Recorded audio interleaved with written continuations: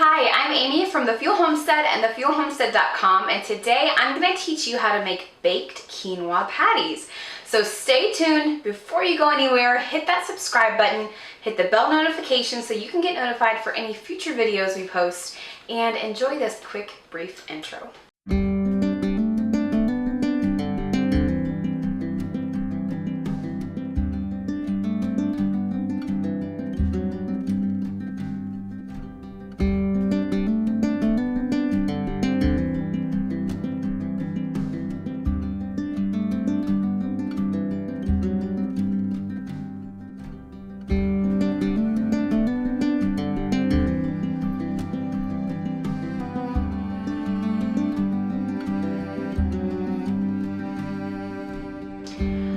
Okay, so one of my favorite things to make is baked quinoa patties. Now, I first tried these at a friend's house. We have crunchy girl parties, and it's basically where we get together and we talk about our crunchy lifestyle. So living a natural lifestyle, raising livestock, butchering your own livestock, and growing your own herbs and garden. And we just love getting together, us girls, and sharing our lifestyle with each other. And so a friend of mine actually made these quinoa patties one day, and I loved them. I was like, man, these are just delicious. And she said, you'll never believe it, they're so easy to make. It's just quinoa, vegetables, herbs, and breadcrumbs. I actually omitted the breadcrumbs. I used a gluten-free baking powder, and I'll tell you why in a second. But they're really easy. They're so easy to make, and you can whip them up in no time, and it's great as a snack or even as a lunch. So if you're doing meal prep, this is a great way to meal prep with this recipe. So our diet here on the homestead is changing a little bit.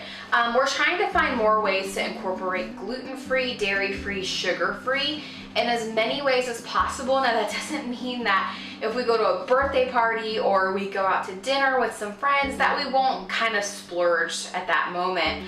But our everyday average diet is going to look a lot different than it used to.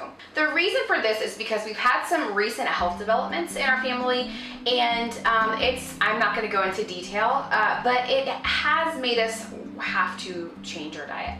And so, especially with a tick-borne illness that you can have, and there's different, Lyme's disease illnesses, there's co-infectants, there's a lot of different things that goes with Lyme's disease, and your diet affects all of it. And so we're trying to find new recipes and new ways to incorporate gluten-free, dairy-free, and sugar-free as much as possible in our daily lifestyle. So this recipe works out really great because it is gluten-free, it is dairy-free, and it is sugar-free, other than the naturally occurring sugars in vegetables and stuff like that. Now, I eat this with the tzatziki sauce. I just purchase it, or you can make your own, which is not dairy-free because it has yogurt. But you can omit the tzatziki sauce. I also put the cheese in this, which isn't dairy-free. We're mainly concerned with the gluten and the sugar. The feta cheese in this recipe, there's not a lot of it, so I'm not too concerned with it. But you could omit the cheese completely and it would still taste just as good. All right, so let's get started. I will show you how to make these. So you're gonna start with 2½ cups of cooked quinoa. You'll need 5 large eggs, ½ teaspoon of salt, 1/3 cup of chives, 1/3 cup of dill, 1 cup of kale, 1 yellow onion, 3 garlic cloves, 1 teaspoon of baking powder, 1 cup of breadcrumbs, panko breadcrumbs, or your choice of gluten-free baking flour, 1 teaspoon of cumin, 1/3 cup of feta, and a tablespoon of olive oil.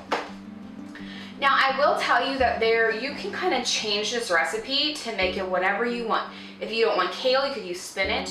I also love to add sun-dried tomatoes to this recipe, but unfortunately, I just ran out. So I didn't have any to put in this recipe, but it is delicious with sun-dried tomatoes. You would just add 1/3 cup of sun-dried tomatoes, or whatever you specifically want, to this recipe. You can also add different types of cheese.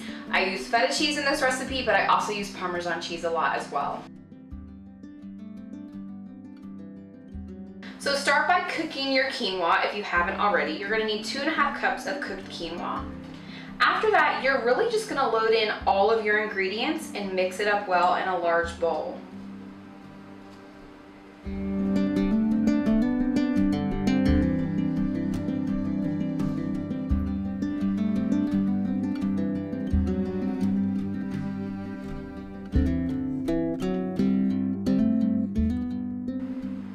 You don't want the consistency to be really, really sticky, but you also don't want it to be really dry either. So it's gonna be pretty sticky. You don't want it to dry out, so sticky is better than being dry. So not a lot of stick, but a little stick. And then you should be able to form little patties. I get about 12 patties per bowl, but sometimes I get a little bit more depending on what size I want the patties to be. Don't forget, you're gonna need to preheat your oven. So you're gonna preheat the oven to 400 degrees, and then you're gonna take coconut oil or the olive oil, the tablespoon of olive oil that it calls for, and grease a cookie sheet. Place your patties on the cookie sheet, and then place your cookie sheet in a preheated oven at 400 degrees. At that point, you're going to let the patties cook for 20 minutes. After the 20 minutes, you're gonna flip them over and let them cook for an additional 5 to 10 minutes, and that's it. You take them out, let them cool off, and then you eat them with your tzatziki sauce or just plain as they are. They're delicious either way. You don't have to cook any of the ingredients that you put into this recipe, pre-cook it, other than the quinoa. So the kale goes in raw, the onion goes in raw, everything goes in raw. And that's great and really simple if you're looking for a really quick recipe that you can whip up in no time.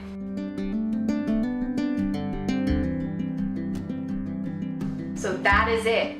That is all you do to make these baked quinoa patties. I really enjoy this recipe. My family enjoys it. My friends enjoy it. Obviously, the crunchy girls do. And it's just so easy to make, and so easy to make in advance, especially for meal prep. And you know, being a busy mom and homesteader, meal prep is where it's at. So I hope you guys enjoyed this video. I hope you enjoyed the recipe. Don't forget, the recipe is in the links below, and you can find all that information there to print it off. If you have any questions, go ahead and leave a comment. Don't forget to like and subscribe if you haven't already. I hope you guys have a great day. Happy homesteading.